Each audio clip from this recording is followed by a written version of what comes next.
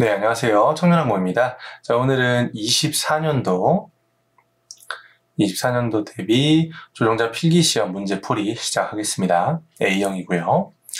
자, 1번 초경량 비행장치의 기준 중에 틀린 것은? 하고 물어봤습니다. 자, 동력 비행장치, 동력을 이용해서 프로펠러를 회전시켜 추진력을 얻는 장치 중 고정이 맞네요.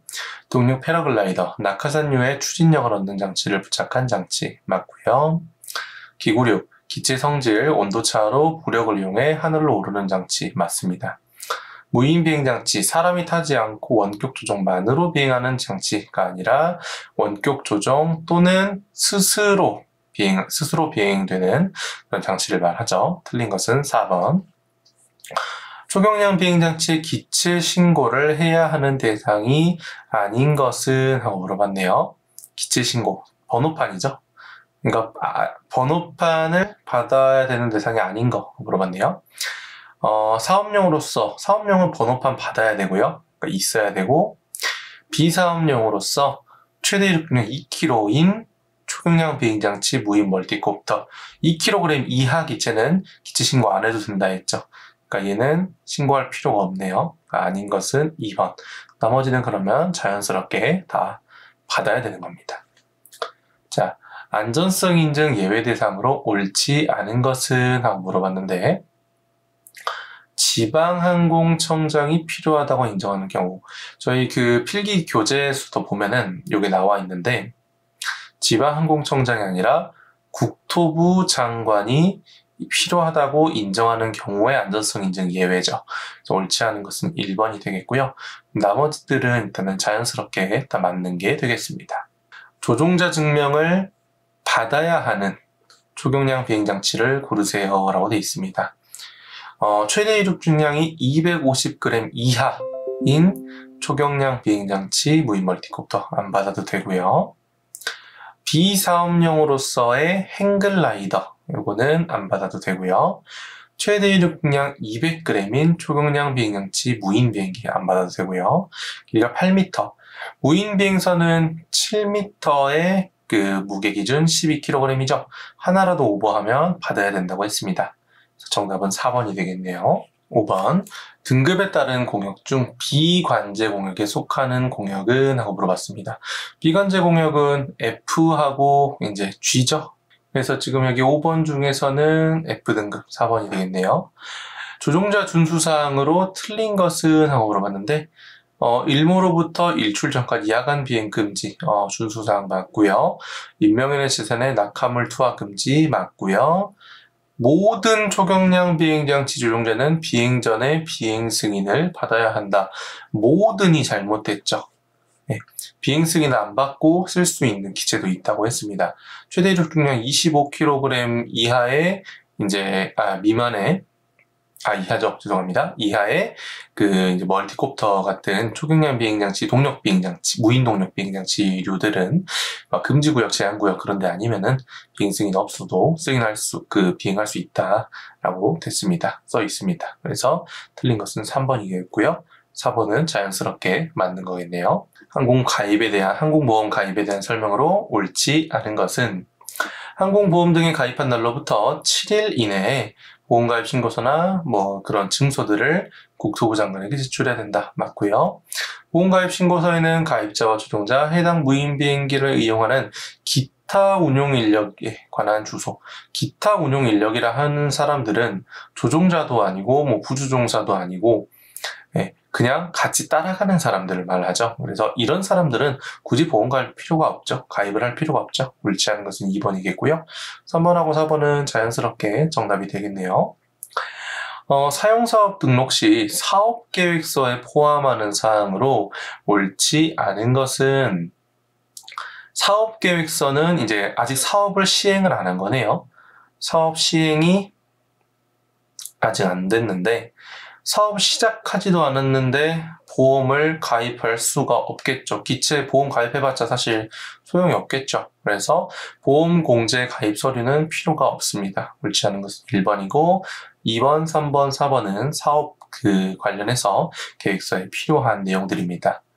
자, 이착륙장 설치 허가 신청 시 제출해야 될 사항으로 옳지 않은 것은 하고 물어봤는데요. 설치 계획서 당연히 있어야 될 것이고요. 설치 공사를 실행할 수 있음을 증명하는 자격 서류. 공사 실행 서류는 사실 필요는 없습니다. 토지가 이제 내가 사용권이 있다라는 것은 당연히 이제 제출을 해줘야겠지만은 그 설계도서는 안전을 위해서라도 그리고 그 규격에 맞춰서 이착륙장이 설치되어 있는지 확인을 하기 위해서라도 필요하지만은 공사 실행 서류는 필요가 없죠. 그래서 옳지 않은 것은 2번. 초경량 비행장치 사고를 조사하는 기관은 항공철도사고조사위원회죠. 자, 청문을 통해 처분해야 되는 사항으로 옳지 않은 것은 제가 이거는 개념 강의에서도 설명드렸지만 자격 취소는 청문을 하는 것이 아니다 라고 말씀드렸었죠. 그래서 옳지 않은 것은 바로 1번 나오네요. 자, 다음 중 처벌이 다른 하나를 고르세요 라고 되어 있는데 주류 나와 있네요. 주류는 모두 3년 이하 징역 3천만 원 이하의 벌금에 처합니다. 그래서 다른 것은 4번이 되겠고요. 위반 시의 처벌 금액이 가장 큰 것을 고르세요 라고 되어 있습니다. 말소 신고하지 않고 3차 이상 위반한 경우에는 30만 원 과태료, 조종자 준수사항 위반의 1차는 150만 원 과태료, 신고번호 표시 위반은 100만 원 과태료, 시정조치 위반한 경우에 1차는 250만 원의 과태료입니다. 13번의 정답은 4번이 되겠군요. 그 다음에 무인 멀티콥터가 모터가 고장났었을 때 그 멀티콥터 형식에 따른 기체 반응에 대해서 옳은 것은 하고 물어봤는데 옥토콥터는 모터 하나가 고장날 경우 제자리 호버링 가능하다 맞죠? 옥토하고 도데카는 날개가 많기 때문에 제자리 호버링은 가능합니다. 그래서 정답은 1번일 것이고 착륙 불가능 아니죠? 쿼드콥터는 그냥 그 고장난 방향으로 추락을 할 것이고 헥사콥터는 고장난 모터의 반대 방향이 아니라 고장난 모터 방향으로 회전을 합니다. 자, 프로펠러에 대한 설명으로 옳은 것은 요걸로 표시를 하고 단위는 센티미터가 아니라 인치죠. 프로펠러에서 피치는 가상의 유체 내에서 프로펠러가 1회전했을 때 모터의 회전수를 말을 한다. 모터의 회전수가 아니라 피치는 프로펠러가 1회전했었을 때 전진하는 거리를 말을 하죠. 우드의 경우 플라스틱보다 무게가 많이 나가다. 아니죠. 가격도 그렇게 엄청 차이가 나고 그러진 않습니다. 빠른 속도의 비행을 목적으로 하는 멀티콥터의 경우 고속 비행은 고피치 프로펠러를 사용하는 것이 효율이 좋다. 고고저저라고 제가 개념 강의에서 설명을 드린 적이 있습니다. 그런 것은 4번이겠네요. 자, 2차 배터리인 리튬 폴리머 배터리의 취급 시 주의사항으로 옳은 것은 장기 보관할 경우 60% 이상으로 충전한다? 잘못했죠? 장기 보관할 때는 오랫동안 안 쓰니까 한 50% 정도나 충전하면 됩니다. 셀당 충전된 전압 차이가 심할 경우 셀은 교체가 안 되죠. 그래서 잘못됐고요. 그냥 폐기해야 됩니다. 배터리 폐기는 1:1 비율의 소금물에 담가서 환기를 시켜가지고 1, 2일 정도 방전시킨다. 맞네요. 그런 것은 3번. 여름철에 비해 겨울철에 효율이 떨어지죠. 네, 겨울철에 효율이 떨어집니다. 방전이 잘 되기 때문에. 자, 17번. 대기에 대한 설명으로 옳지 않은 것은 대기는 78%의 질소와 약 21%의 산소, 그리고 약 1%의 기타 가스로 구성되어 있다. 맞네요. 대기를 구성하는 공기는 유체다. 맞네요. 산소는 35,000까지 존재하고요. 대기에 분포되어 있는 여러 기체들은 모두 고르게 분포되어 있고 산소는 무겁다 했죠. 그래서 낮은 고도에 있다고 했습니다. 네, 그래서 정답은 4번. 요거는 이제 개념 강의를 정확하게 이제 개념을 암기를 하고 있는지 다 물어보는 거네요. 공기 밀도가 적어졌을 때 항공기에 미치는 영향이 아닌 것은 물어봤는데 밀도가 적어지면 항공기의 성능이 줄어든다고 했죠. 당연히 이제 공기를 흡입할 수 있는 양이 줄어드니까 공기 나오는 양도 적어질 것이고 그렇기 때문에 자연스럽게 공기 밀도가 적어지면 전체적으로 그 능력 자체가 줄어든다고 했습니다. 적은 밀도의 공기는 에어포일 날개에 적은 힘으로 작용해서 양력이 감소한다. 여기서 양력이 감소한다. 이거는 맞는 말이고요. 적은 밀도의 공기로 인한 프로펠러와 공기의 마찰이 줄어들어서 추진력이 증가한다. 이거 잘못됐네요. 정답은 2번입니다. 엔진에 적은 양의 공기가 공급되기 때문에 출력이 감소한다. 맞는 말이고, 공기 밀도에 따라 성능에 영향을 미치죠. 맞죠? 그래서 정답은 아닌 거니까 2번이 되겠네요. DC 모터와 BLDC 모터의 차이에 대한 설명으로 옳은 것은 하고 물어봤는데, DC는 브러쉬 모터라고 불리며 BLDC 모터에 비해 수명이 짧죠. BLDC 모터의 경우 DC 모터와 다르게 변속기가 필요하다. 요것이 정답이네요. 그 다음에 BLDC 모터는 구조가 더 복잡하죠. 수리가 어렵고요. DC 모터는 에너지 효율이 더 떨어지죠.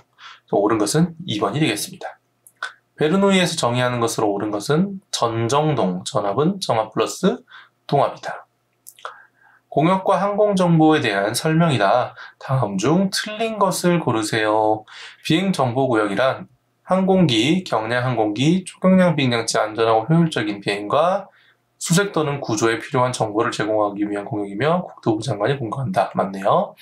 관제권은 비행장 공항 주변 공역으로 국토부 장관이 오케이 맞네요. 비행장이란 이륙과 착륙을 하기 위한 설명으로 그 곳으로서 대통령령으로 정한다. 맞고요.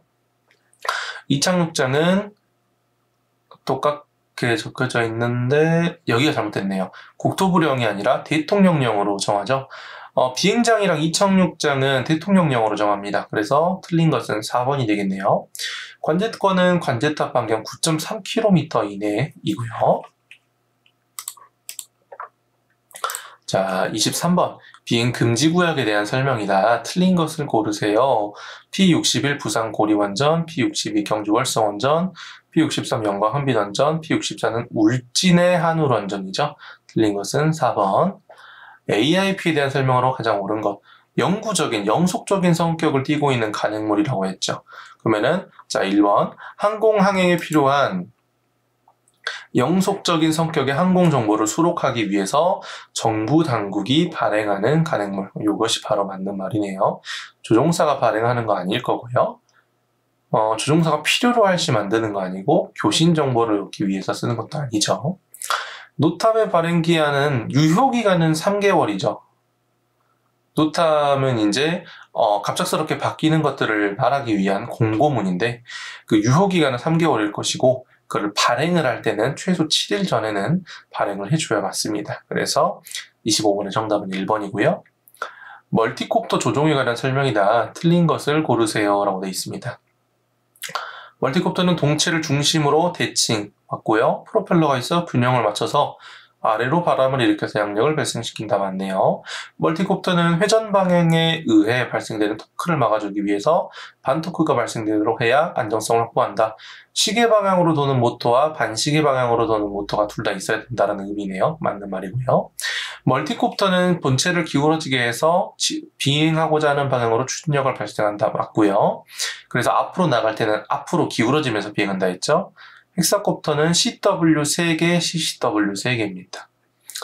틀린 건 4번이네요. 태풍의 눈은 바람이 약하다 했죠. 그래서 5m/s 이하의 약한 바람이 붑니다. 폐년상, 다음 중 설명 중 틀린 것을 고르세요. 폐년상은 강원도 그 태백산맥이 있는 동해 지역에서 많이 발생을 한다 했고요. 폐년상의 일종 맞다고 했습니다. 공기가 뜨거워지고 건조하면 단열 압축 때문에 기류가 경사를 따라 내려간다. 그러니까 태백산맥이 이렇게 있으면은 공기가 타고 이렇게 내려간다는 소리죠. 맞고요. 동해 지역에서 나타나죠. 정답은 3번.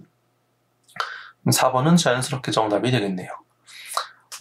해양성 열대 돼 있고 발달 시기는 주로 여름이나 고온 다습하다. 여름철 더위와 폭염을 가지고 온다. 위 내용에 해당하는 것을 고르세요 라고 되어 있습니다. 제가 이거 이제 개념 강의에서도 이제 정리를 했었었는데 폭염 관련해 가지고 나오면은 북태평양 기단 고르면 된다라고 말씀을 드렸었죠. 참고로 이제 장마는 양쯔 고르면 죄송해요. 장마는 오츠크 그리고 황사는 양쯔 고르면 된다고 말씀을 드렸습니다. 자, 상공에 풍향과 전선이 뻗쳐 있는 평행을 이루고 있으며 움직이지 않거나 매우 느린 것은 지금 도로가 정체되고 있습니다 할 때 정체전선이라고 말씀을 드렸고요. 구름의 형성에 관한 내용이다. 틀린 것을 고르세요 라고 되어 있습니다. 대기 중에서는 공기가 냉각되면서 쉽게 포화에 이른다. 맞고요. 따뜻한 공기와 찬 공기가 혼합해서 이슬점 이하가 되면 포화 상태가 된다. 이거 이슬점 온도에서도 얘기를 했습니다. 구름은 공기가 상승하여 단열 냉각 현상에 의해서 이제 수증기가 얼면서 생기는 거죠. 틀린 것은 3번이고 4번은 자연스럽게 맞는 게 되겠습니다. 하층운의 고도로부터 상층운의 고도에까지 발생하는 수직으로 발생하는 구름이다. 그럼 수직이면 당연히 수직운이네요. 자, 연결 중 틀린 내용을 고르세요 라고 되어 있습니다.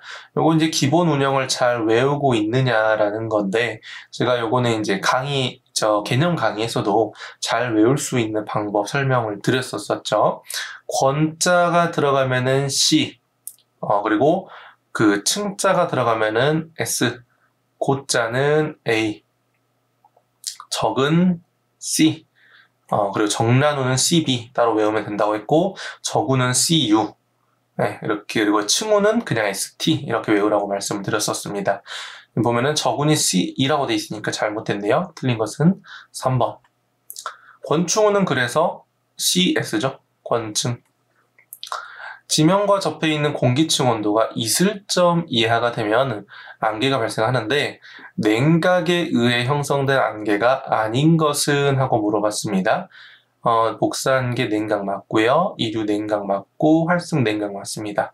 전선안개하고 증발안개는 증발에 의해서 형성되는 안개지 냉각에 의해 형성되는 안개는 아닙니다. 뇌우의 형성 조건, 일단 습도가 높아야 구름 자체가 형성되겠죠? 근데 낮은 습도는 잘못됐죠? 틀린 것은 바로 1번 나오네요. 상승, 높은 습도, 불안정대기. 불안정대기가 이제 이 대류 현상을 말하죠. 위아래로 섞이는 현상. 위아래로 섞여야 높은 구름이 형성되고 이게 뇌우니까 뇌우가 되기 좋으니까. 그래서 틀린 것은 1번이 되겠습니다. 성숙 단계에서 하강기류는 지표면에 도달하자마자 빠르게 퍼져서 유출기류를 만들고 10분에서 15분 안에 최대로 유출되고 발산된다. 요거 10분에서 15분 안에 유출되고 발산된다 보면은 다운버스트 고르라고 말씀을 드렸고요. 이와 비슷한 마이크로버스는 여름철에 천둥과 번개를 동반하지 않는다. 요거 정답으로 고르면 된다라고 개념 강의에서도 설명을 계속 드렸죠. 자, 38번. 다음 내용에 해당하는 착빙은 무엇이냐? 착빙, 붙을 착, 얼음빙이죠. 자, 얼음이 형성되기 위해서는 물이나 습한 공기가 있어야 하며 대기가 찬 표면과 접촉, 단열 팽창 증발 등으로 영하 이하로 냉각되어야 한다. 이러한 조건에서 만들어지는 착빙은 구조 착빙과 유도 착빙이 있죠. 요거는 이제 개념에 대해서 정확하게 알고 있는지, 그 교재 내용을 정확하게 알고 있는지 그냥 그거를 그대로 물어보는 거네요. 그래서 구조 착빙과 유도 착빙이 있다. 그래서 정답은 1번이 되겠습니다. 자, 그 중에서도 유도 착빙이라는 것은 뭐냐? 유도 착빙은 그 항공기 엔진 같은 거 봤었을 때 공기 흡입하는 흡입구랑 공기 나가는 여기 부분에 얼음이 끼는 것을 말한다고 했죠. 공기 흡입구 착빙이 발생한다 맞네요. 기화기 착빙은 22도에서 영하 10도의 넓은 기온 영역에서 관측된다 맞고요. 기화기 착빙이 여기 이제 나가는 부분을 말하는 거고요. 흡입구 착빙은 엔진으로 들어가는 공기를 차단시켜서 동력을 감소시키죠. 빨아들이는 게 양이 적어지니까 공기. 틀린 것은 4번. 해무가 발생하는 기상 조건으로 틀린 것은 해무는 바다 안개죠. 근데 바람이 불고 있는데 안개가 생길 리가 없죠. 틀린 것은 바로 4번이 되겠습니다. 24년도 B형 보겠습니다. B형. 초경량 비행장치, 무인 비행장치 설명으로 옳지 않은 것은 초경량 비행장치, 무인 비행기는 날개가 고정되어 있으니까 맞고요. 초경량 비행장치, 무인 헬리콥터는 농악살포에 적합하지 않다? 요게 잘못됐네요. 헬리콥터는 애초에 멀티콥터 나오기 전에 농업용으로 쓰고 있었죠? 자연스럽게 3번, 4번은 정답이 되겠습니다. 변경 신고에 대한 설명으로 옳지 않은 것은 변경은 30일 이내에 해야 된다. 용도가 변경됐을 때 변경신고해야죠. 보관하는 사무실의 이전의 경우에는 변경신고를 하지 않아도 된다. 잘못했죠. 보관 장소 변경되면은 변경신고 해줘야 됩니다. 변경신고서는 서류니까 이사장에게 제출해야 될 것이고요.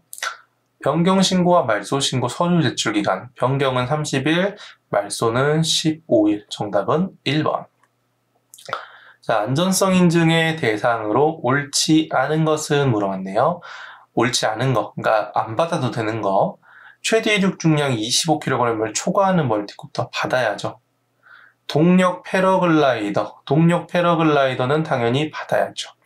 최대 이륙 중량이 25kg을 초과하거나 길이가 7m를 초과하는 무인 비행선. 요거는 이 말 자체가 잘못됐네요.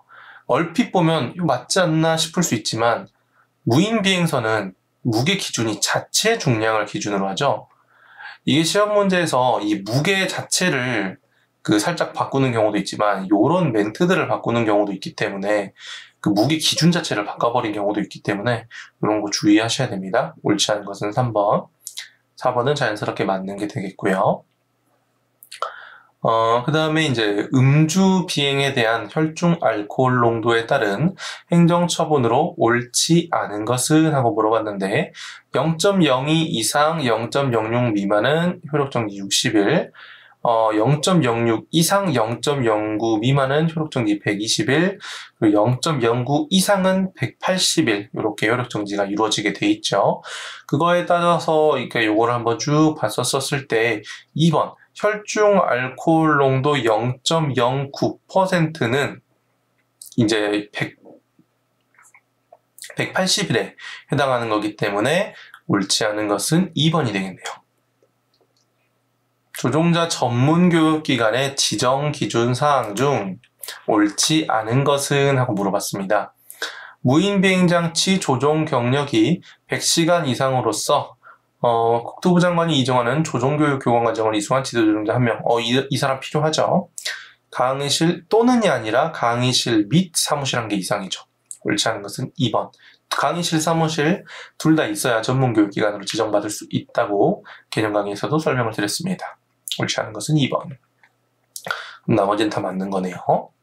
자, 비행계획 승인 담당 기관이 부산지방항공청이 아닌 것. 전북은 서울지방항공청이라 했죠. 이거는 너무 쉽네요. 자, 공역에 대한 설명으로 옳은 것은 물어봤습니다. 통제 공역은 항공교통의 안전을 위해서 항공기의 비행을 금지하거나 제한할 필요가 있는 공역이다. 통제 공역은 비행 금지 구역, 비행 제한 구역, 초경량 비행장치 비행 제한 구역이죠. 그래서 요 멘트가 꼭 들어가줘야 됩니다. 맞는 말이고, 그럼 다른 것들은 다 틀렸네요. 관제 공역은 관제권과 관제구 중 둘 다 포함하죠. 비관제 공역은 관제 공역 외의 공역으로 조종사에게 비행에 관한 조언과 정보, 교통 업무 증명을 받은 자의 지시를 제공할 필요가 있는 공역이다. 관제 공역 외의 공역으로 항공기의 조종사에게 비행에 관한 조언과 비행 정보, 항공교통 업무 증명을 지시할 이거는 업무 그 자체가 조금 잘못됐네요. 비행에 관한 조언과 비행 정보 업무는 주긴 하지만 항공교통 이제 업무 증명을 받은 자의 지시를 제공할 필요는 없습니다. 그래서 이제 조종사에게 비행에 관한 조언과 비행 정보 등은 제공할 수 있겠지만은 요 내용은 아니에요. 헷갈리게 해놨네요. 주의 공역은 관제탑에서 항공기의 조종사에게 특별한 주의, 식별 등을 경고해야 되는 공역이다가 아니라 조종사가 비행할 때 특별한 주의, 경계, 식별을 해야 할 그럴 필요가 있는 공역이죠. 설명을 그럴싸하게 적어놨지만 잘못했습니다. 옳은 것은 1번이 맞네요. 자, 9번. 초경량 비행장치 사고를 일으킨 후 보고해야 될 사항으로 옳지 않은 것은 초경량 비행장치의 종류와 신고 번호 맞고요. 사고 후 조치사항, 요거는 보고 대상이 아니었죠. 그래서 옳지 않은 것은 2번. 인적사항 필요하고 장소 일시 필요하네요. 옳지 않은 것은 2번.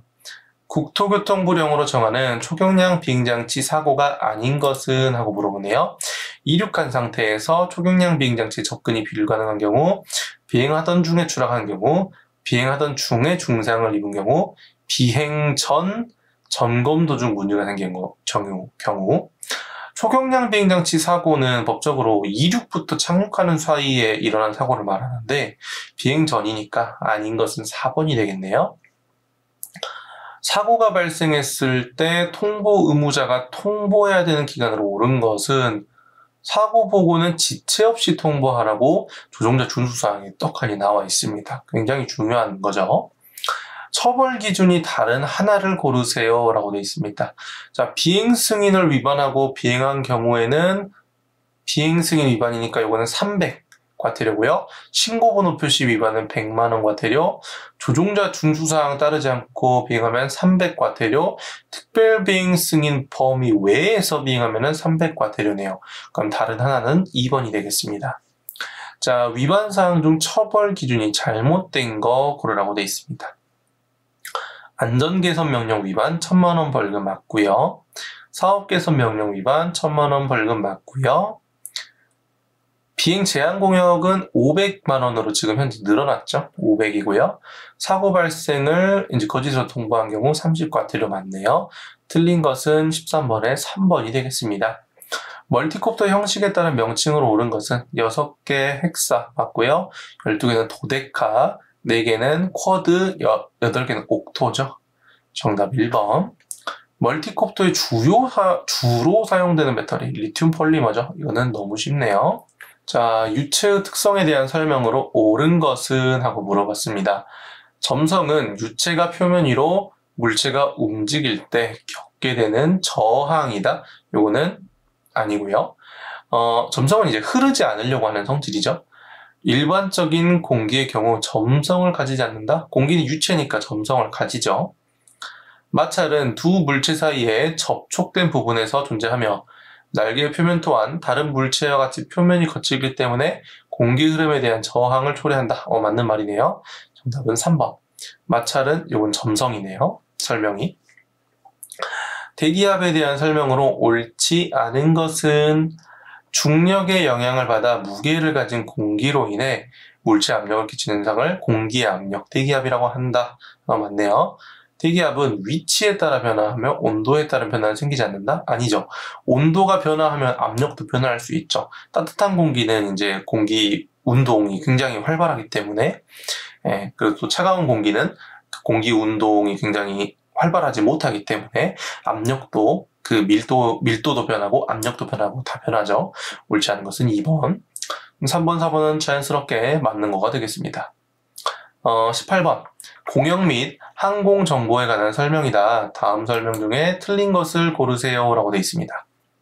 경계구역이란 대규모 조종사의 훈련이나 비정상 형태의 항공활동이 수행되는 공역을 말한다. 맞네요. 위험구역이란 항시 주의 경계 식별이 필요한 공역을 말한다. 위험구역은 항공기가 이제 비행을 할 때 항공기나 지상시설물에 대한 위험이 예상되는 공역이죠. 그러니까 이건 잘못된 설명이네요. 틀린 것은 2번. 군작전은 군사작전, 훈련은 훈련. 맞습니다. 1뉴티컬 마일은 몇 킬로미터인지 옳은 것을 고르세요. 1.852km죠. 항공 고시보의 유효기간은 A형에서도 말씀드렸다시피 3개월이고요. 송수신 장치에 대한 설명이다. 틀린 것을 고르세요 라고 되어 있습니다. 무인 비행장치의 송수신 장치는 용도와 채널은 한 가지 방법으로 좀 돼 있다? 여기서 말하는 채널은 그 전파 수신 채널을 말하는데, 여러분 만약에 전파를 그 수신하는 채널이 한 개라면은 그 드론하고 조종기하고 그 연결을 할 때 옆에 것도 만약에 똑같은 전파를 쓴다 하면 자꾸 혼선이 나겠죠. 그래서 한 가지 방법일 수는 없습니다. 틀린 것은 1번.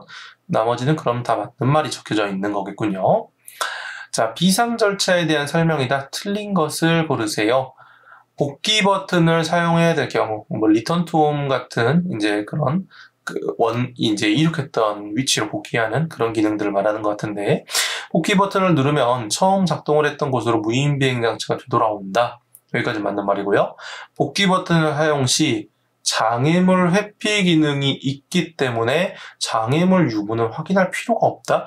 아니죠. 장애물 회피 기능이 설사 있다 하더라도 장애물을 정확하게 이제 회피할 수 있는지는 미지수이기 때문에 이건 무조건 확인해야 되죠.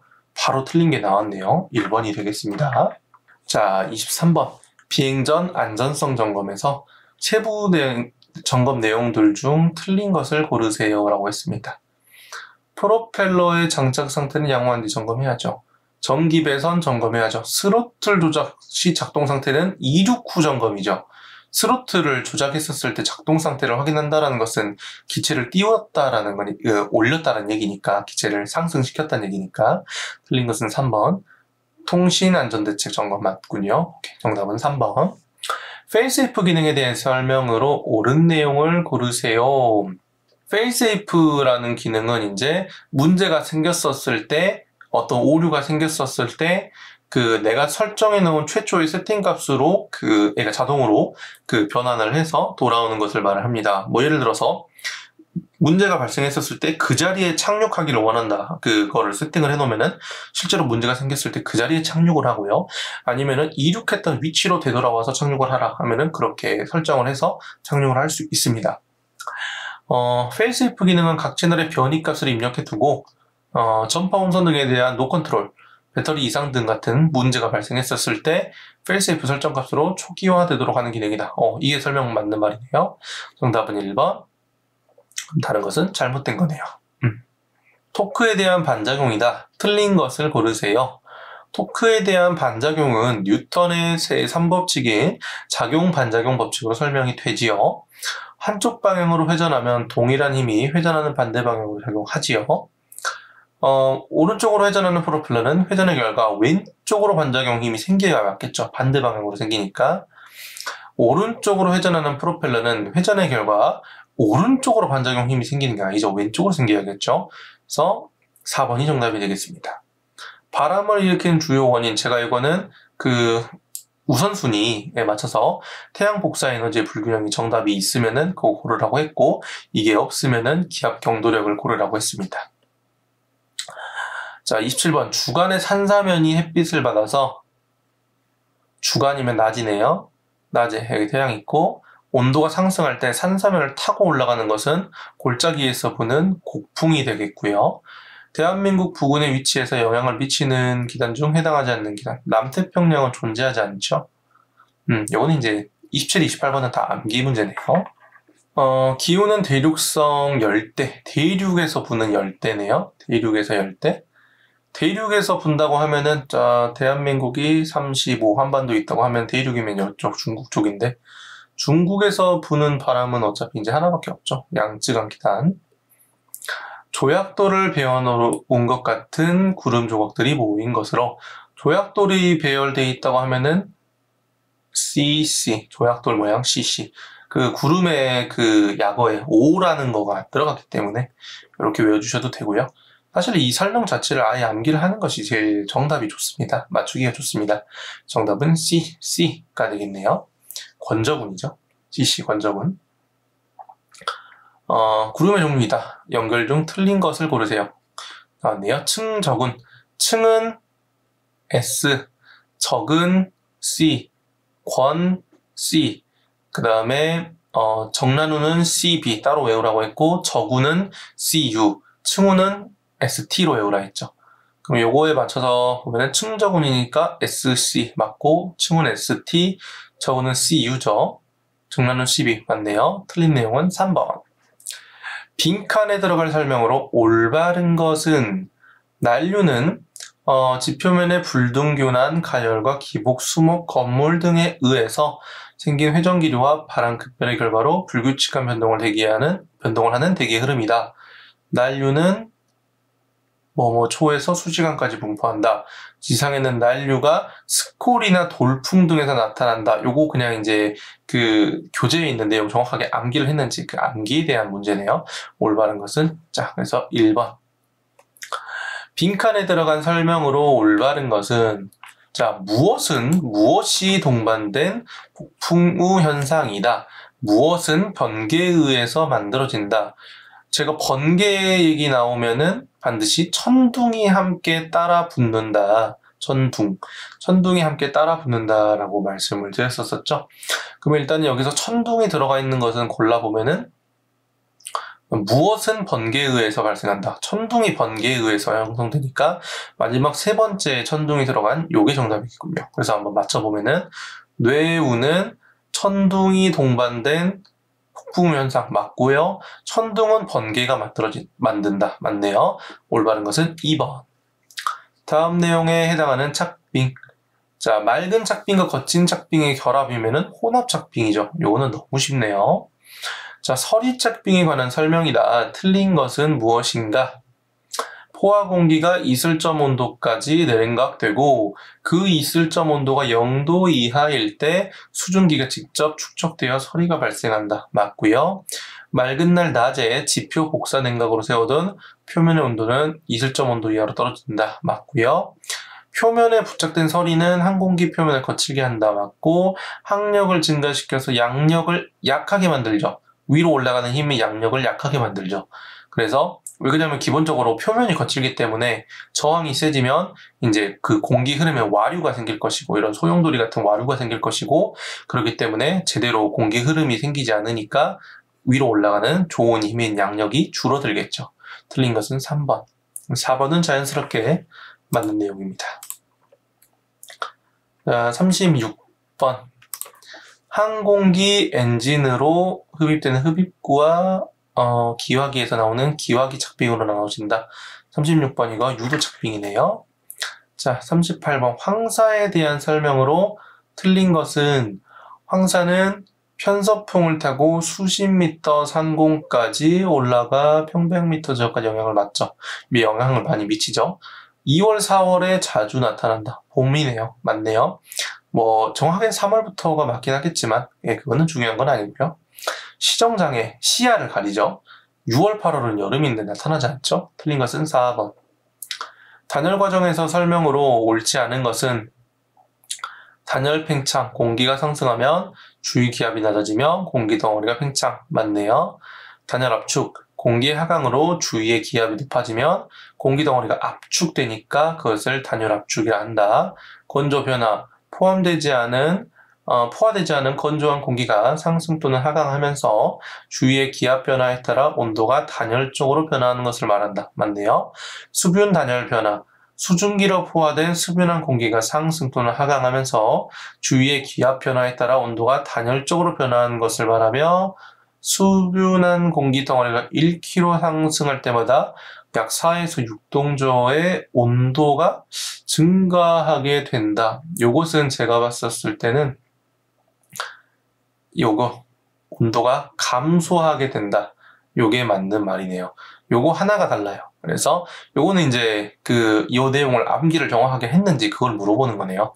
옳지 않은 것은 4번.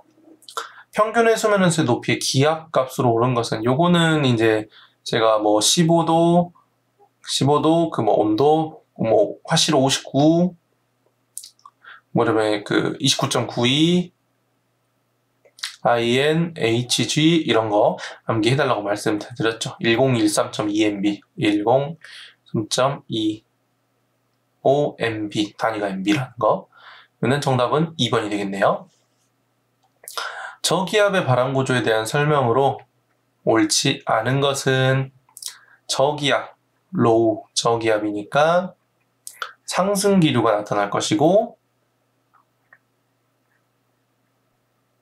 하층에서 이렇게 이제 몰리고 이렇게 상층에서는 빠져나가는 형태의 이제 일어나는 건데 상층 대기에서는 수평 수렴에 의한 공기의 수렴이 일어난다. 상층 대기에서는 발산이 일어나죠. 잘못된 것은 바로 4번이 되겠네요. 네, 저기압의 바람 구조 암기를 정확하게 했는지 그걸 물어보는 문제인 것 같고요. 저기압의 바람 구조 이런 거는 굉장히 중요하죠. 자, 여기까지가 B형입니다. 저희는 C형에서 뵙겠습니다. 자, 24년도 C형 보겠습니다. 동력 비행장치 연료 제외 무게. 요거는 제가 개념 강의 첫 페이지에서도 거의 처음 부분에서도 설명을 했었었죠. 115라고 설명을 드렸었습니다. 근데 요거는 더 꽈서 이하냐 미만이냐 그걸 물어봤는데 115 이하죠. 정답은 1번. 자세 잡아주는 것은 자이로. 네. 가속도는 속도를 잡아주고 GPS는 위치, 지작에는 방향을 잡아주죠. 전기통신수단을 이용하는 공고문은 노탐이라 했고요. 기체 신고를 누구한테 신고해서 등록하는가? 자, 원래 기체 신고는 국토부 장관한테 하는 거죠. 국토부 장관. 근데 지금 여기 보면은 국토부 장관이 정답이 없습니다. 요때는 이사장을 정답으로 골라주면 됩니다. 이것도 하나의 어떻게 보면 우선순위라고 보시면 될 것 같아요. 그래서 정답은 요거 1번.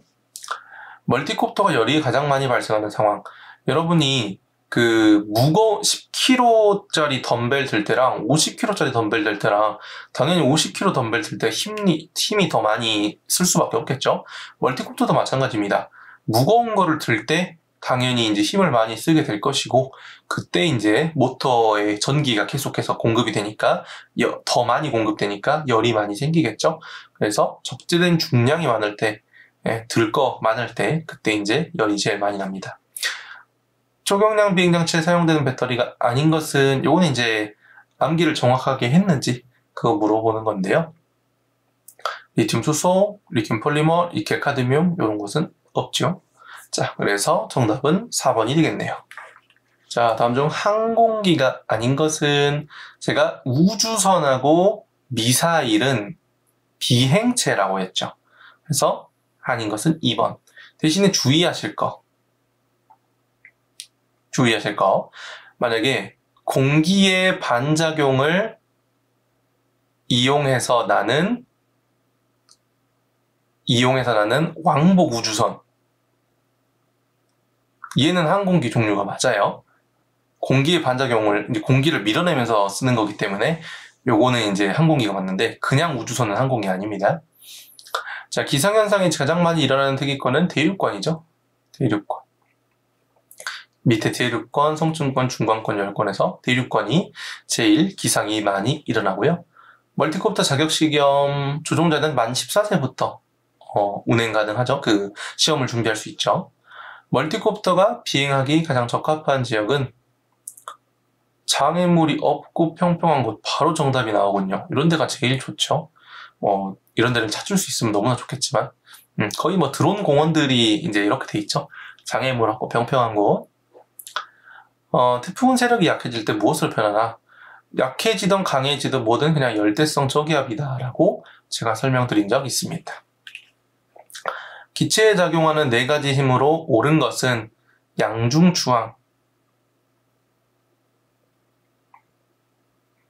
자, 양중추항. 기체에 작용하는, 그 비행체에 작용하는 4가지 힘을 말을 하는 거죠. 섭씨 용도는 화씨로 몇 도인가? 요거는 이제 사실상 뭐 그냥 이제 암기를 하셔도 되지만, 제가 개념 강의에서도 화씨는 1.8 곱하기 섭씨 온도, 그 다음에 플러스 32라고 했죠. 여기가 0이면은 요게 그대로 삭제되니까 32도네요. 13번에 2번. 14번. 비행전 점검. 비행전 점검이네요. 해당하지 않는 것은 배터리 충전 상태 확인해야죠. 조종기 파손 상태 확인해야죠. 기체 파손 상태 당연히 확인해야죠. 보조 조종기는 말 그대로 이제 그 주 조종기, 주로 사용하는 그 조종기가 고장났었을 때 대체해서 쓰기 위한 조종기죠. 그러니까 이거는 이제 창고에 보관하고 있는 보조 조종기인 겁니다. 그래서 이런 것들은 꼭 필수로 점검할 것은 아니죠. 주 조종기 점검이 먼저죠. 변경 신고 기간은 30일이고요. 초경량 비행장치 운용 가능 시간. 우리 조종자 준수사항에도 야간 비행 금지되어 있죠. 그래서 그 야간이 아닌 주간, 일출부터 일몰까지가 운용 가능 시간이 되겠습니다. 약물 복용 판단을 하는데 옳지 않은 거. 약물 복용 판단하기 위해서 약물 복용을 육안으로 확인하면 안 되겠죠, 당연히. 17번은 정답이 1번이 될 것이고요. 다음 중 초경량 비행장치가 아닌 것은 동력 패러글라이더, 착륙장치가 있는 동력 패러글라이더 맞고, 없는 동력 패러글라이더 맞고, 낙하산유 맞고. 자, 초경량 비행장치 요거 헷갈릴 수 있는데, 그 행글라이더하고 패러글라이더는 인력 활공기라고 해서 초경량 비행장치에 들어가긴 하는데 그냥 활공기랑 초급 활공기 얘네들은 경량 항공기에 들어갑니다. 초경량 항공기보다 바로 윗단계 거기 때문에 그래서 잘못된 거예요. 아닌 것은 4번. 이런 거는 주의하셔야 돼요. 자, 뇌우와 함께 발생하는 기상현상, 번개죠. 천둥이 이제 천둥 번개가 항상 같이 친다고 했고, 그 번개로 의해서 번개에 의해서 이제 형성되는 게 천둥이고, 뇌우는 천둥과 함께 치는 그 비현상이니까 그래서 번개가 맞네요. 프로펠러의 역할로 옳지 않은 것은 저항, 오케이. 프로펠러 돌아가면 저항 생기죠. 양력, 오케이. 추진력, 오케이. 중력은 지구가 발생시키죠. 프로펠러가 형성시키진 않습니다. 사고 발생 시 사고 조사를 담당하는 기관으로 옳은 것은 철도항공사고조사위원회 요거죠. 통제공역으로 옳은 것. 통제공역은 금지 혹은 제한이라는 단어가 들어가셔야 됩니다. 그러면은 여기서 비행 제한 구역이네요. 조종자 준수사항 1차 위반 시 과태료는 150이죠. 3차가 300이니까 그거의 절반 50%니까 이 150만 원의 과태료. 비행 시정을 확인하는 과정에서 직접적인 영향을 주지 않는 것. 시정 너무 어렵게 생각할 필요 없습니다. 그냥 시야, 우리 눈으로 보는 시야인데 시야를 이제 확인하고 있는데 그 시야를 방해하는 거, 그 직접적인 영향을 주지 않는 거 물어보는 거죠. 황사, 내 눈앞을 가리죠. 해무, 바다 안개니까 가리죠. 연무, 안개의 종류니까 가리죠. 바람, 우리 일반적으로 바람 분다고 시야 확보가 안 되고 그러진 않죠. 바람 때문에 먼지가 불어서 이 먼지 때문에 우리가 시야가 모이는 거지만 바람이 직접적으로 분다고 해서 영향을 미치진 않아요. 우리 시야에. 산들바람 살랑살랑 부는데 앞이 안 보이진 않잖아요. 그래서 옳지 않은 것은 4번. 자, 무인 비행장치의 동력장치로 적합한 것은 사실 다 써도 되긴 하는데 제트엔진은 좀 논외로 두더라도 일단 전기 모터를 현재 드론에서는 제일 많이 쓰고 있죠. 그래서 정답은 4번. 자, 다음 중 비행 상황별 조종 방법으로 옳은 것은 고도 하강 시 러더를 내리면 안 되겠죠. 그럼 러더를 손을 대면은 이제 회전을 하는 건데 러더를 내린다는 표현도 잘못했고요. 전진 시 에일러런을 올린다. 엘리베이터를 올려야죠. 고도 하강 시 스로틀 내린다. 맞네요. 후진 시 에일러런을 내리면 안 됩니다. 정답은 3번. 초여름 해양성 기단으로 장마 나오면 오호츠크 정답 고르면 된다고 했죠. 관제 공역. A부터 이제 E까지 해당하는 공역인데 만약에 요것마저도 생각나지 않았다 하면은 관제 공역은 사실상 딱 관제라는 말만 들어도 관제탑에서 관리를 할 것 같은 굉장히 중요한 공역이죠. 제일 중요해 보이는 거 A등급이 정답입니다. 자, 사업 범위가 아닌 것은 야간 정찰. 야간 정찰은 애초에 야간 비행이 금지되어 있으니까 사업 범위가 당연히 아니겠죠. 비행 전 점검 사항으로 올바르지 않는 것은 비행 전이네요. 전선 점검해야 될 것이고 스로틀 상승하면 이륙 후 점검이죠. 이거는 스로틀을 올렸다는 것은 이륙을 했다는 얘기니까 올바르지 않는 것은 2번. 그럼 나머지는 자연스럽게 정답이고요. 맞는 말이고요.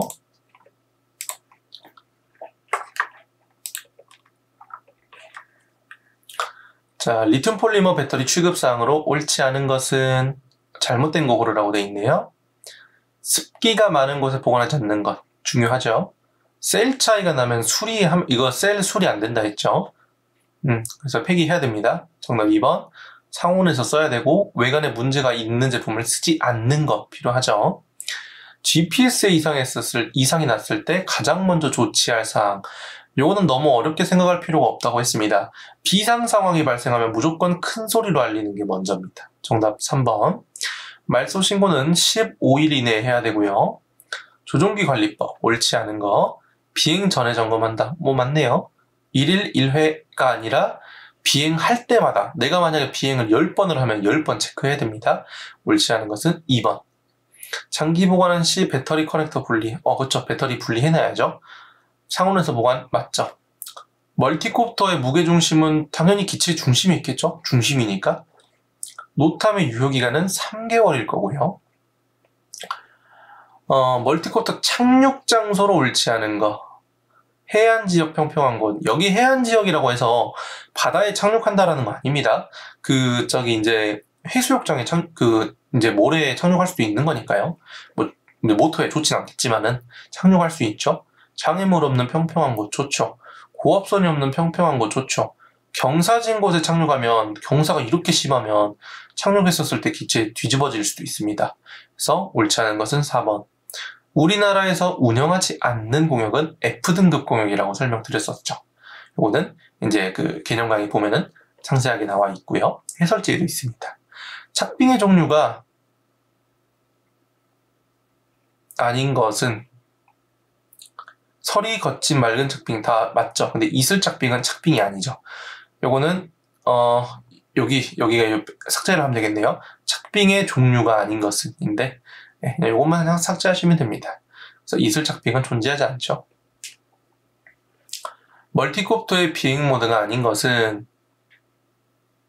고도 제한은 그냥 우리가 150m 이상 날면 원래 안 되니까 제한을 하기 위해서 설정을 하는 그냥 설정 값일 뿐이지 고도 제한 모드가 있다고는 하지 않았습니다. 그래서 아닌 것은 3번이 되겠네요. 여기까지가 C형입니다. 24년도 B형 강의 시작하겠습니다. 일정 고도에서 등속수평 비행하고 있다. 조건. 등속수평 비행은 양력과 중력이 같고 추진력과 항력이 같아야죠. 양중 추항이 각자가 서로 같아야 된다. 정답은 2번. 모드 2 수직 하강을 위한 올바른 설명. 현재로서 이제 가장 많이 쓰고 있는 비행 조종하는 방식이 모드 2죠. 자, 왼쪽 조종 수직 하강 내려온다라는 거니까 왼쪽 조종관 스로틀을 내려야 수직 하강하겠죠. 2번이 정답이고요. 나머지는 그러면 다 틀린 말이네요. 아이카오에서 사용하는 무인항공기 용어. 이거 알파스 말씀드렸죠. 착빙에 대한 설명 중 틀린 것은 착빙, 붙을착, 얼음빙. 얼음이 붙었다는 얘기인데 얼음이 붙으면 무게는 증가하는데 무게가 늘어나면은 위로 올라가기가 더 힘들겠죠. 그래서 양력이 줄어들겠죠. 그래서 양력과 무게를 증가시킨다는 말이 잘못됐네요. 그러면은 자연스럽게 2, 3, 4번은 다 맞는 말일 것이니까 1번이 정답이겠군요. 자, 5번. 다음 중 주의 공역이 아닌 것은 제한구역 그리고 금지구역은 통제공역에 들어가죠. 통제공역, 주의공역이 아닙니다. 그래서 정답은 2번이네요. 1마력은 몇 킬로그램인가? 힘, 마력에 대해서 물어봤는데 요거는 암기해 주시면 됩니다. 75kg. 요거는 이제 이거 암기해 주시면 되고요. 소유 신고를 하지 않아도 되는 장치. 번호판 부여받는 거에 대한 내용인데요. 동력 비행 장치는 뭐 받아야 될 것이고 초경량 헬리콥터 받아야죠.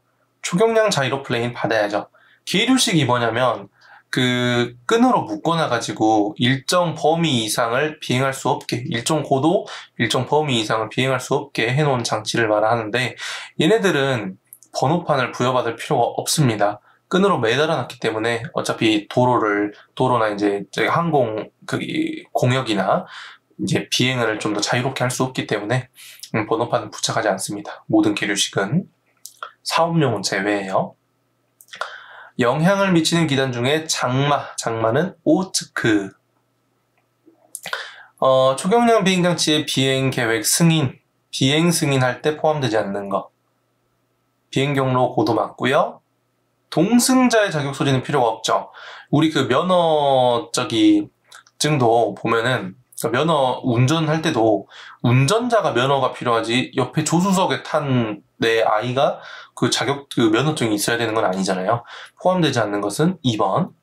비행 경력 필요할 것이고 비행 형식 비행장 종류와 형식 필요합니다. 해수면 표준 온도 표준 기압. 요거는 이제 요거를 암기를 정확하게 하고 있느냐 그걸 물어보는 건데 15도 29.92 INHG. 그게 이제 인치 Hg.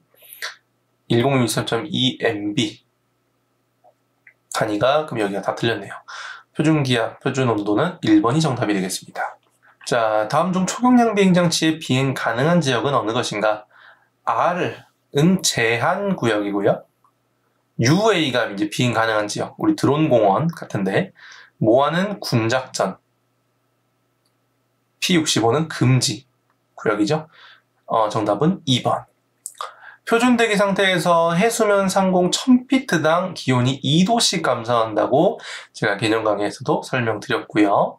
태풍은 세력이 약해지던 강해지든 그냥 열대성 저기압이라고 말씀드렸고, 토크 작용과 관련된 뉴턴의 법칙. 토크 작용이라고 하는 것은 이렇게 내가 한쪽 방향으로 힘을 줬었을 때, 모터가 이렇게 돌아갔었을 때 그 반대되는 방향으로 자연스럽게 힘이 작용한다. 이게 이제 토크 반토크 작용, 작용 반작용의 법칙에 의해서 설명되는 법칙이었죠.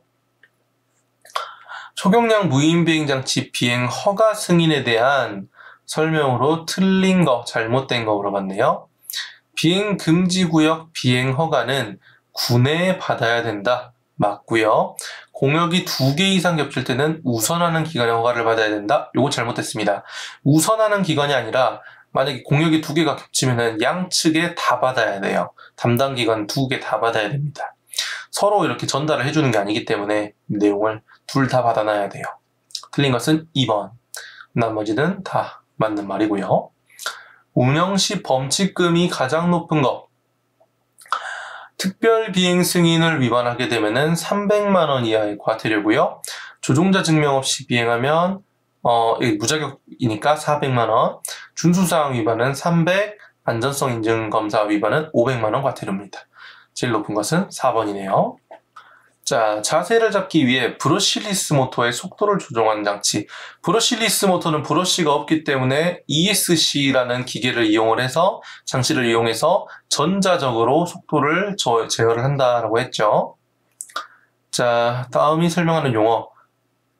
모멘트의 값이 받음각에 관계없이 일정한 지점. 요거 나오면은 제가 요거는 공력 중심 혹은 공기력 중심, 요거 암기하면 된다라고 제가 개념 강의에서도 설명드렸었죠. 자, 비행 정보구역을 지정하는 목적과 거리가 먼 것은 1번 영공 통과료 징수를 위한 경계 설정. 영공 통과료 징수를 위해서 이 정보구역을 지정을 한다는 것은 사실 잘못된 거고요. 이제 수색 구조, 안전을 위한 정보 제공, 그리고 효율적인 운항을 위해서 이제 정보구역이라는 것을 따로 지정을 하고 있고, 통과료 징수를 위해서 이제 경계 설정을 하지 않습니다. 먼 것은 1번. 자, 기압 고도라고 하는 것은 무엇을 의미하는가? AGL 단위는 절대 고도고요. 고도계 수정치를 이제 표준 대기압에 맞춘 상태에서 고도계가 지시하는 고도, 요것이 이제 기압 고도이고, 3번 기압 고도에서 비표준 온도와 기압을 수정해서 얻은 고도, 이거를 밀도 고도라고 하고요. 고도계를 해당 지역이나 인근 공항의 고도계 수정치 값에 수정을 했었을 때 고도계가 지시하는 고도니까 지시고도. 기압 고도는 2번이 되겠네요. 태풍이 발생하는 조건, 이거는 열대성 저기압이라고 계속 설명을 드렸었죠. 멀티콥터 착륙 지점으로 바르지 않는 것은 경사진 곳에 착륙하면은 기체 내려오다가 이렇게 뒤집어진다 했죠. 자, 6000피트 이하에서 발생하는 구름의 종류는 어느 것인가? 6000피트면은 이제 미터로 환산하면 1800m, 킬로미터로 환산하면 1.8km네요. 여기는 이제 약간 고층운들이 이제 형성될 수 있는 그 구름 종류 중에 고층운이 형성되는 높이입니다. 그래서 2번이 정답이고요. 해풍.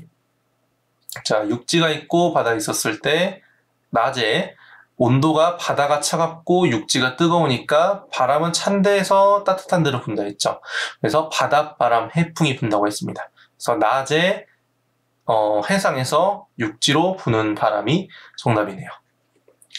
안개에 대한 설명 중 알맞은 거. 해안, 해양, 해상. 요거 제가 이류안개라고 말씀을 드렸죠. 요거는 개념 강의에서 설명을 드렸었습니다. 자, 비행 승인을 받기 위해서 필요하지 않는 거. 비행 승인 관련된 내용이네요. 비행 경로와 고도 필요할 거고요. 비행 경력, 그쵸. 경력 증명서 같은 거 내야 된다면 내야 되니까. 재원. 이 재원은 돈이죠. 돈은 비행 승인 받을 때 필요 없습니다. 그리고 조종자의 자격증의 소지 유무. 자격증의 소지 유무 당연히 필요하겠네요. 비행 승인 받기 위해서. 이거 제가 참고로 이 해설에 보면은 해설에는 이제 이 재원, 어이자 재원에 대한 설명이 적혀져 있는데 적혀 있기로는 아이자 재원에 대한 설명이 적혀 있어서 요건 잘못된 거니까 알고 계시면 되고요. 여기 재원은 돈이잖아요. 돈은 비행 승인 받을 때 필요 없죠. 요거 꼭 알고 계셔야 됩니다. 멀티콥터가 비행 가능한 지역은 어느 것인가? 인파가 많고 차량이 많은 곳, 이런 데서 비행하면 안 되죠. 전파 수신 많은 데에서는 혼선이 일어나니까 안 되고, 장애물 많은 데는 부딪히니까 안 되고, 장애물이 없고 안전한 곳이 맞겠네요. 항공종사자가 아닌 사람은, 항공종사자는 이제 다양하게 종류가 운송용 조종사부터 해갖고 항공정비사 등등 많이 있지만은 쉽게 생각하면 그냥 공항에서 일을 하는 사람이라고 생각하면 훨씬 더 편하실 거예요. 자가용 조종사, 당연히 공항에서 일을 한 사람 받고, 부조종사, 비행기 항공기 보면은 조종사, 부조종사 있죠? 교통관제사, 관제탑에서 일을 하는 사람, 무인항공기 운항 관련 업무자, 이제 교육원의 교관들이나 그런 사람도 무인항공기 운항 관련 업무자죠. 그래서 이 사람들은 공항에서 일하는 사람이 아니니까 4번이 정답이겠군요.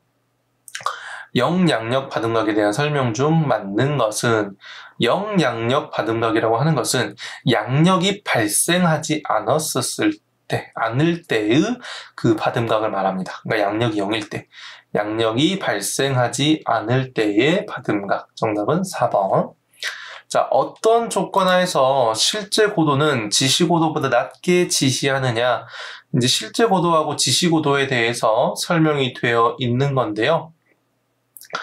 우리가 이제 밀도에 대해서 생각을 해보면은 답을 알 수가 있는데, 공기가 이제 주로 추울 때 하고 더울 때를 비교를 해보면은, 추울 때는 공기가 이제 추우니까 아래로 가라앉으면서 압력이 높죠. 그래서 밀도가 좀 높은 편입니다. 밀도가 높고, 더울 때는 밀도가 상대적으로 낮은 편이고요. 우리가 공기 분포를 보면은 밑에 쪽에 보통 공기가 많이 있습니다. 그래서 밑으로 갈수록 고도가 낮을수록 밀도가 높아요. 고도가 높을수록 밀도는 낮아요. 자, 이 말은 무슨 말이냐면은, 추울 때는 밀도가 높아지니까 밀도가 높아지니까 고도계의 지시고도, 지침 바늘이, 고도계의 바늘이, 밀도가 높아져 버렸네? 고도가 떨어졌나 보다라고 착각을 한다라는 거고, 요거는 이제 반대겠죠? 고도가 올라갔다라고 생각을 하는 거겠죠? 밀도가 낮을 때는. 자, 실제 고도, 10,000피트 비행하고 있었는데, 지시고도보다, 낮대요. 실제 고도가 지시고도보다 낮대요. 지시고도가 11,000을 이렇게 표시를 하고 있는 거죠. 자, 실제는 10,000을 표시하고 있는데 지시고도는 11,000을 표시하고 있어요.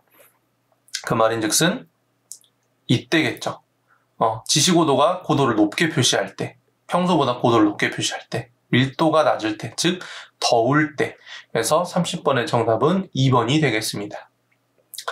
31번도 똑같습니다. 여기 30번에 설명했던 내용하고 똑같이 풀어보시면 되고요. 정답은 이제 1번. 표준온도보다 더운 지역에서 항공기는 고도계 지시보다 낮은 위치에 있다. 똑같은 거죠. 자, 비행 전 점검 사항이 아닌 것은, 스로틀 상승하면 이륙 후 점검이니까 아닌 것은 3번. 자, 멀티콥터 조종기 테스트 중 올바른 것은, 요거는 그 멀티콥터 그 조종기 테스트 그 교재 이제 매뉴얼 같은 거 보면은 나와 있는데, 기체와 떨어져서 30에서 50m 떨어져가지고 레인지 모드로 테스트하라라고 돼 있습니다. 그래서 정답은 2번. 이거는 표준 교재 보면 나와 있고요. 자, 다음 중 항공장애등 설치 기준, 항공장애등 설치 기준 물어봤는데, 요거는 우리가 이제 미터로 외우면은 쉬워요. 미터로 이제 150m 이상인데, 이 150m를 피트로 환산하면 500피트이고요. 이 500피트가 땅에서부터 500피트이기 때문에 그라운드, 땅에서의 높이, 절대 고도인 AGL이라는 단어를 써줘야 됩니다. 정답은 2번. 자, 브러쉬 모터와 브러쉬리스 모터의 특징으로 맞지 않는 것은? 하고 물어봤습니다. 브러쉬리스 모터는 반영구적으로 사용 가능하다. 맞는 말이고요. 물론 이제 실제적으로 쓰다 보면은 반영구 쓰는 게 많이 힘들겠지만은 이론적으로는 쓸 수 있습니다. 브러쉬리스 모터는 안전이 중요한 만큼 대형 멀티콥터에 적합하다. 맞는 말이군요. 브러쉬 모터는 변속기가 필요 없다. 그렇죠? 필요 없죠. 브러쉬 모터는 브러쉬가 있기 때문에 마모가 심해서 금방 소모가 된다 했죠. 맞지 않는 것은 4번. 기체를 내리려면 스로틀을 내려야 맞겠죠? 이런 건 너무 쉽네요. 조작 불능 시, 비상 상황 시에는 큰 소리로 알리는 게 먼저입니다. 자, 금지구역, 제한구역, 위험구역 등의 설정의 공역의 변경사항을 알려주는 거니까 노탐이겠고요. 북반구 고기압의 바람 방향으로 오른 거네요. 고기압이면은 하강기류, 상층에서는 공기가 수렴할 것이고 시계 방향으로 발산하는 형태의 그 바람을 띠고 있습니다. 시계 방향으로 중심부에서 발산을 한다. 정답은 3번이 되겠군요. 변경 기간은 30일. 자, 여기까지가 D형이었고요. 저희는 E형에서 뵙겠습니다. 네, 24년 E형 강의 보겠습니다. 자, 모멘트 개수값이 변하지 않는 점, 공력 중심, 공기력 중심이라고 이거 그 개념 강의에서 설명을 드렸었는데요. 이제 암기 문제죠. 초경량 비행장치에 사용하는 배터리가 아닌 것은 물어봤는데, 리튬 폴리머, 니켈 카드뮴, 니켈 수소 이런 것은 존재하지 않죠. 회전익 무인 비행 장치의 동력 장치로 적합한 것은 다 쓸 수 있겠지만은 전기 모터를 제일 많이 쓰고 있죠. 이제 배터리 들어가는. 정답은 1번. 사고조사 담당 기관은 사고조사위원회. 지면에서 11km까지이며 대류 현상이 발생하며 기상현상이 나타난다. 11km까지면은 제일 그래도 낮은 위치네요. 대류 현상이 발생하며 기상현상이 발생하면은 대류권이겠군요. 대류, 성층, 중간 열권이니까요. 멀티콥터의 구성 요소가 아닌 것은 FC 맞죠? ESC 있어야죠. 프로펠러 있어야죠. GPS 있어야 되긴 하지만 사실 GPS가 없어도 액티모드로 이제 GPS 끄고 비행 가능하죠. 그러면 GPS가 꼭 필수적인 요소는 아니라고 볼 수 있습니다. 그래서 6번은 정답이 4번이겠군요. 자, 배터리 미사용 시 보관 방법으로 옳지 않은 것은? 쭉 읽어봤을 때 보관 온도 상관없다? 잘못됐죠. 너무 뜨거운 데도 안 되고 너무 차가운 데도 안 되죠. 자, 논평을 실시하는 목적, 논평 이런 거 나오면은 문제점 그리고 결점을 찾아서 보완하기 위한다. 이제 발전을 하기 위해서다. 요 부분을 찾으시면 되는데요. 그래서 정답은 여기 4번이 되겠군요. 조종자 준수사항 위반 시 1차 과태료. 3차가 300이니까 1차는 그의 절반인 150이 정답입니다. 초경량 비행장치 종류가 아닌 것은? 초급 항공기는 경량 항공기에 들어가는 거라고 했죠. 바로 정답이 1번이 나왔습니다.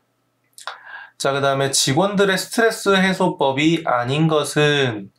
신체 검사 받고 직무평가 도입하면 스트레스가 더 생기겠네요. 네, 아닌 것은 2번. 정란운이네요. 정란운의 마지막 님버스, 이거는 비구름을 뜻한다라고 설명드린 적이 있고요. 자, 13번. 공기 흐름의 방향에 관계없이 모든 방향으로 작용하는 압력. 이건 정압이네요. 정압. 요거는 이제 베르누이 정리 파트의 그 개념을 암기를 하고 있느냐, 그거네요. 자, 항공기에 작용하는 힘에 대한 설명으로 틀린 것은 양력의 크기는 속도의 제곱에 비례한다. 항력은 비행기 받음각에 따라서 변한다. 추력은 비행기 받음각에 따라 변하지 않는다. 중력은 속도에 비례한다. 중력은 속도가 아니라 무게에 비례하죠? 무거울수록 중력을 더 느끼죠? 그래서 속도가 아니라 무게에 비례한다. 이게 정답이겠군요. 프로펠러 이상 시 가장 먼저 나타나는 현상은 진동이죠. 진동이 생기면 대체적으로 원인은 이제 두 가지라고 볼 수 있습니다.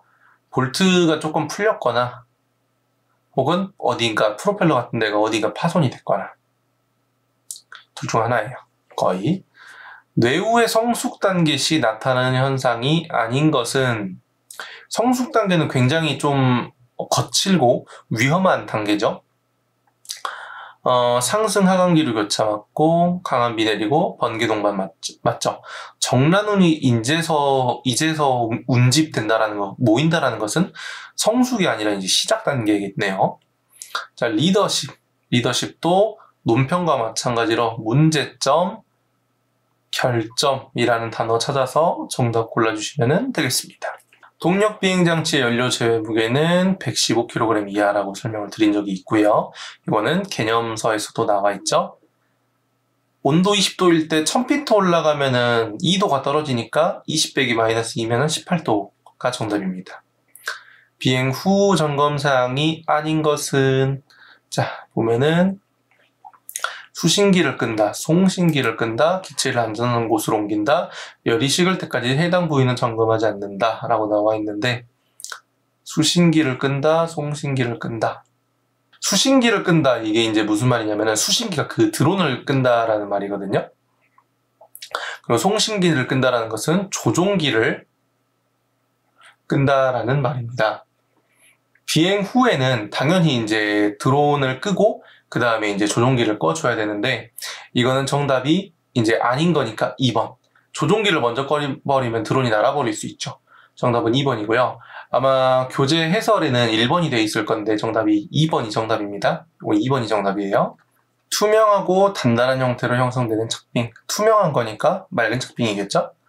시정장애물의 종류가 아닌 것은 황사, 내 눈앞을 가리는 거죠. 시정이라고 하는 것은 시야. 근데 시야를 가리는 장애물이 뭐냐? 안개, 스모그.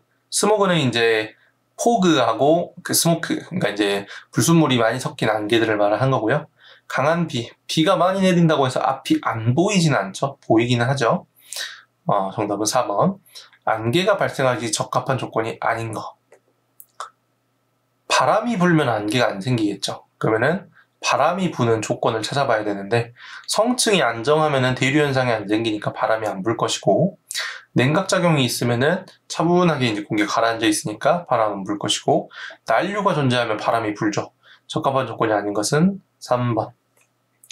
자, 멀티콥터의 비행 모드가 아닌 것은, 고도 제한 모드는 제가 없다고 말씀을 드렸었습니다. 그 기본 강의에서 설명드렸고요. 우리가 150m 이상으로 날면 안 되기 때문에 설정을 이제 그렇게 해놓는 설정 값일 뿐이에요. 150m 이상으로 못 날게 고도를 제한하는 것은 모드가 존재하진 않아요. 공기 밀도에 관한 설명으로 틀린 거 같습니다. 온도가 높아지면 공기 밀도는 감소하죠. 공기 밀도가 하층보다 상층이 낮다, 맞죠? 수증기가 많이 포함될수록 공기 밀도가 감소하죠. 공기가 이렇게 있었을 때 공기 덩어리에 수증기가 들어가면 공기가 들어갈 공간이 적어지니까 밀도가 감소할 것이고, 국제표준대기의 밀도는 건조 공기를 가정했을 밀도이다. 맞네요. 25번의 정답은 1번이 되겠습니다. 난류에 대한 설명에서 틀린 것은 물어봤는데, 약한 난류는 조종에 영향을 미치지 않고 고도 유지에 지장이 없다. 맞고요. 심한 난류는 고도와 속도가 급속히 변화하고 순간적으로 조종 불능 상태가 된다. 그죠? 심한 거니까. 보통 난류는 상당한 동요를 느끼고 몸이 들썩할 정도로 조종 불능은 안 된다 했죠. 보통 난류는.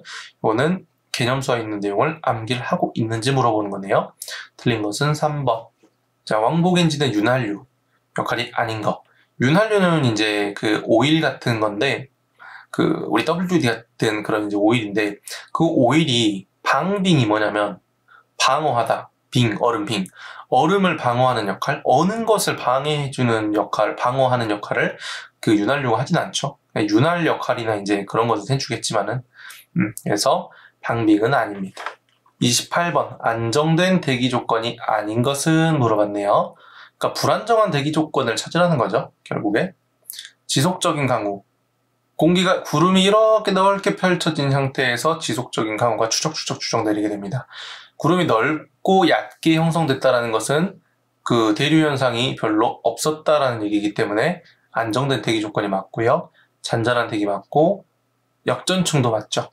근데 정란형 구름은 이렇게 수직형으로 생긴 그 높은 형태의 구름인데, 이거는 대류 현상이 있어야만, 공기가 섞여야만 일어나는 현상이고, 공기가 섞인다라는 것은 불안정한 대기 조건이니까 정답은 3번이 되겠습니다. 비행 중 떨림, 진동. 떨림과 진동은 대체적으로 두 가지입니다. 프로펠러가 어딘가가 이제 파손이 되었거나, 아니면은 볼트가 풀렸거나. 그래서 이럴 때 이제 사항들인데, 프로펠러 모터의 파손 여부 확인, 볼트 잠김 상태 확인. 나다가 정답이겠군요. 자, 마찰압력을 설명한 것으로 가장 적절한 것은 어느 것인가? 공기와의 마찰에 의해서 발생하며 점성의 크기와 표면의 매끄러운 정도에 따라 영향을 받는다. 바로 나와 있네요. 마찰압력 설명. 나머지는 마찰압력에 대한 설명이 아니고요. 정답은 1번. 회전익 비행장치가 호버링 상태에서 전진 비행으로 바뀌는 과도적인 상태. 자, 회전익 비행장치가 이렇게 멀티콥터가 비행을 하고 있었습니다. 양력이 현재 이렇게 위로 발생을 하고 있네요. 근데 전진을 하게 되면 기체가 기울어진다라고 그 개념 강의에서도 설명을 드렸었죠. 기울어지게 되면은 양력이 이렇게 약간 기울어지게 될 겁니다. 같이 프로펠러가 이제 회전하는 방향이 있으니까. 자, 양력의 방향이 수직에서 살짝 대각으로 바뀌었죠. 이렇게 양력이 다른 방향으로 트랜스퍼, 전이 되었다. 그래서 양력이 전이 되었다. 전이 양력이라고 합니다.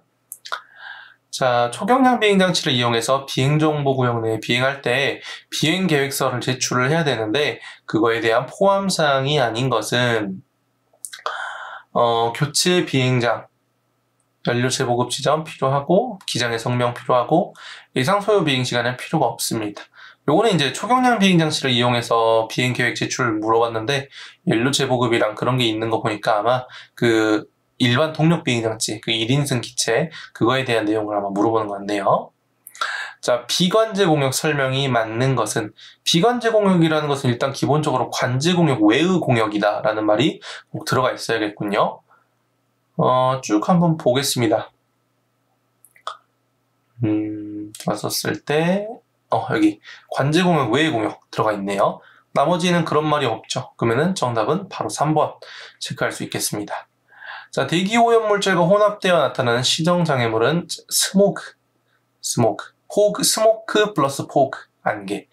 네, 스모크 플러스 포그, 그래서 대기 오염 물질과 나타나는 시정 장애물은 스모크. 배터리 장기 보관할 때 적절하지 않은 것은, 장기 보관할 때는 50% 충전해야 된다고 했죠. 그러면 3.7V, 한 셀당 3.7V 나와야 된다고 했고, 4.2V 완충은 안 된다 라고 말씀드렸습니다. 항공기가 아닌 거 어느 것인가? 우주선은 비행체라고 했죠. 항공기가 아닙니다. 자, 모터의 설명 중 맞는 것은 어느 것인가? BLDC 모터는 브러쉬가 있는 모터이다. 잘못됐군요. DC 모터는 수명이 짧죠. DC는 영구적으로 사용할 수 없다. 맞네요. BLDC는 변속기가 필요하죠. 정답은 3번. 등압선이 좁은 곳은 어떤 현상이 발생하느냐? 자, 요거 설명드릴게요. 우리 산에 올라가면 등고선이 있을 거예요. 이렇게 막 짧은 데도 있고 넓은 데도 있고 이러는데, 이 짧은 데는 경사가 급하다라는 얘기고, 여기부터 여기까지는 경사가 완만하다라는 얘기입니다. 그래서 여기하고 그 경사 차이가 별로 안 나야 여기 완만하겠죠. 이렇게 경사가 급해지려면은 여기하고 여기가 이렇게 높이 차이가 많이 심해야 될 거예요. 그래야 이렇게 위에서 바라봤었을 때 그만큼의 공간이 좁아지게 되니까 이게 이제 등고선의 원리고 등압선도 똑같습니다. 등압선은 이제 기압, 공기의 압력을 가지고 비교를 하는 건데 여기와 여기의 기압 압력 차이가 별로 안 나면은 이렇게 넓게 표시가 되고 이렇게 좁은 지역은 등압선이 좁은 지역은 기압차가 엄청 세기 때문에 어떤 특정 부분은 엄청 고기압, 어떤 특정 부분은 엄청 저기압 이렇게 되는 거예요. 그래서 여기에 이렇게 기압 차이가 너무 많이 나게 되기 때문에 이렇게 좁게 나오는 거죠. 위에서 바라봤었을 때. 그래서 기압차가 많이 나기 때문에 고기압에서 저기압을 채워주려고 바람이 엄청 빠르게 이동합니다. 그래서 강한 바람이 많이 불어요. 등압선이 좁은 지점은. 자, 39번.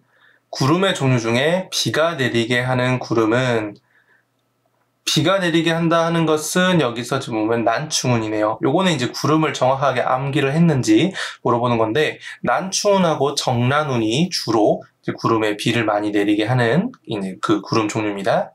자, 마지막 문제입니다. 40번. 비행기 고도 상승에 따른 공기 밀도와 엔진 출력의 관계를 설명한 것 중 옳은 거 고르라고 했는데요.